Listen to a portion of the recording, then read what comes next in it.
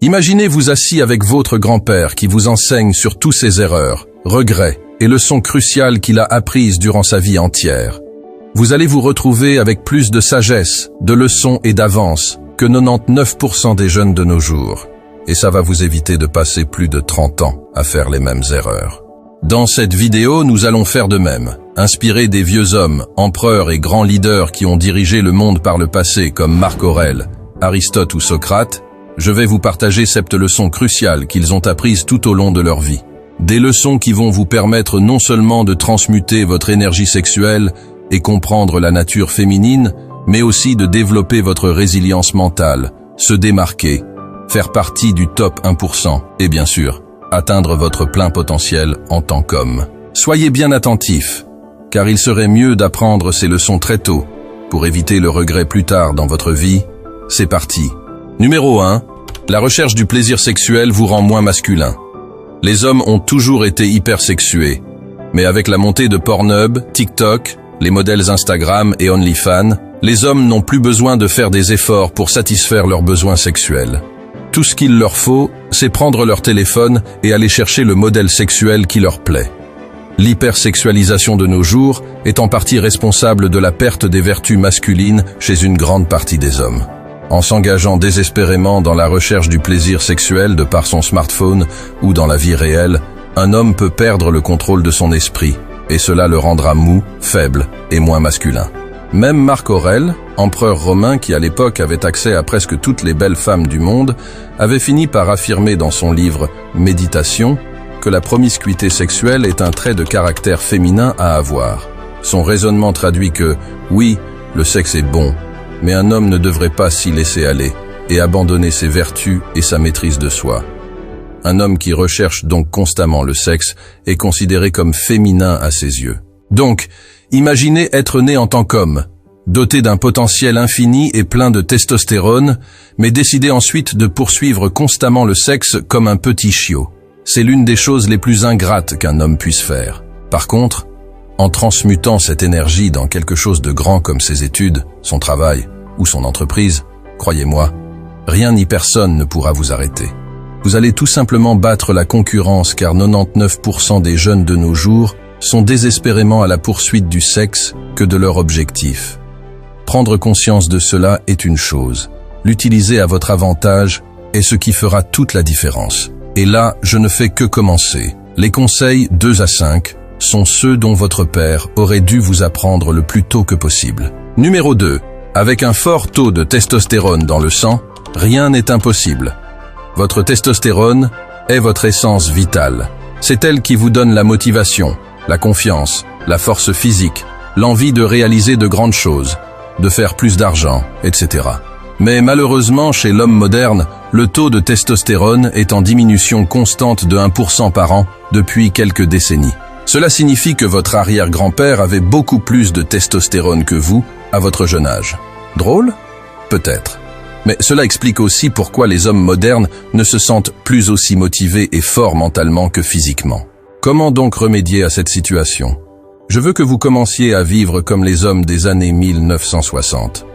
À leur époque, la consommation moyenne des aliments transformés était plus faible qu'aujourd'hui.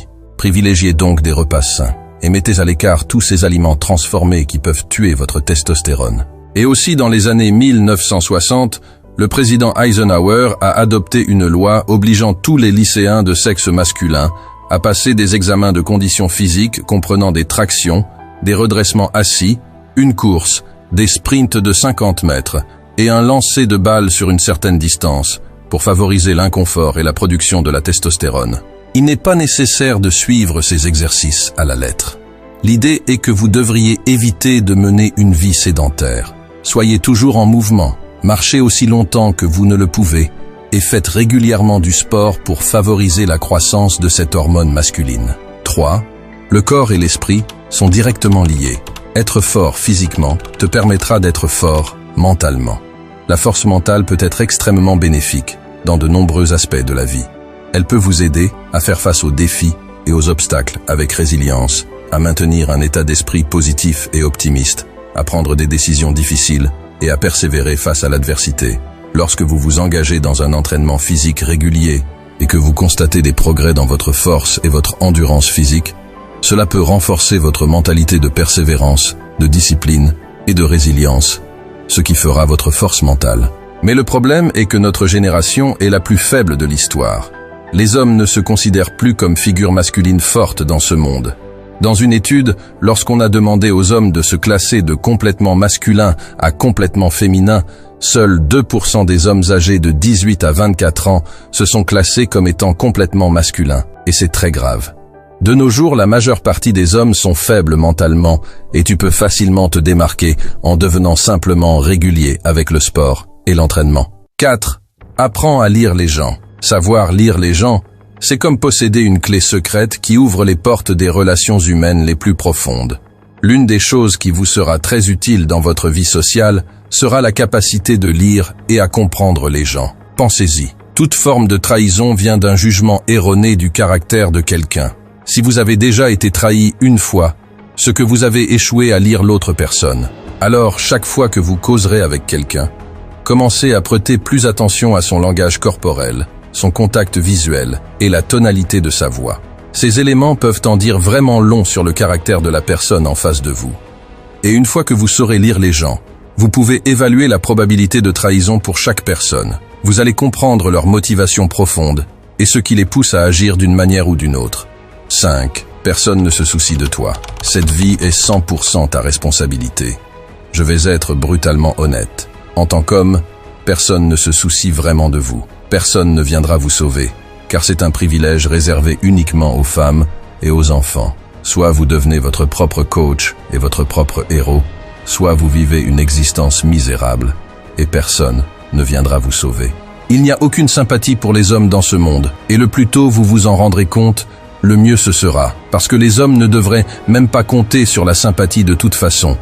Un homme qui demande de la sympathie est un homme pathétique. Au lieu de cela, vous devrez devenir votre propre héros. Travaillez extrêmement dur pour atteindre vos objectifs et devenir la meilleure version de vous-même. Et au fur et à mesure que vous montez de niveau, vous remarquerez que les gens et surtout les femmes commenceront à vous respecter et à compter sur vous. 6. N'ose jamais te plaindre et profite de ta douleur pour être plus fort. En tant qu'homme, vous ressentirez beaucoup de douleur. Le monde moderne vous convaincra d'en parler, de laisser s'exprimer vos sentiments ou votre faiblesse et de rechercher une thérapie. C'est un excellent conseil si vous voulez gâcher le cadeau de la douleur. Les personnes qui ont le mieux réussi dans la vie sont celles qui ont utilisé leurs insécurités, leurs douleurs et leurs traumatismes de l'enfance pour accomplir des choses miraculeuses dans ce monde. Ils ont littéralement utilisé cette douleur comme carburant. Si vous avez aussi des traumatismes d'enfance ou certaines douleurs du passé, alors portez cette douleur et utilisez-la comme moteur. Et une fois que vous aurez atteint vos objectifs, vous pouvez alors décider de la laisser s'en aller. Vous devez être stratégique en tant qu'homme même dans la façon dont vous utilisez votre traumatisme et votre douleur. Alors ne la gâchez pas en vain avant de l'avoir d'abord utilisée à votre avantage. 7. Comprenez les femmes. Dans ce monde moderne, vous trouverez deux types de mecs. Les simples et les gars qui détestent les femmes. Les deux sont pathétiques. J'entends souvent ce genre de phrase « Oh, je ne comprendrai jamais les femmes ». Ceux qui disent cela sont ceux qui finiront par se faire tromper, ou les femmes ne s'intéresseront jamais à eux, faute à leur incompréhension du sexe opposé. Apprenez-en davantage sur la nature féminine le plus tôt que possible. Comprenez comment les femmes fonctionnent. Priorisez du temps pour interagir avec le sexe opposé, et votre vie deviendra 10 fois plus meilleure. Car ce monde est composé d'hommes et de femmes, et nous vivrons toujours mieux ensemble que séparés. Si vous mettez en pratique ces 7 codes de triche que je viens tout juste de vous partager, vous aurez un avantage injuste dans la vie par rapport aux autres. Et je n'ai même pas encore fini. Voici 2 autres vidéos que vous pouvez utiliser pour continuer à devenir meilleur. On se dit à la prochaine.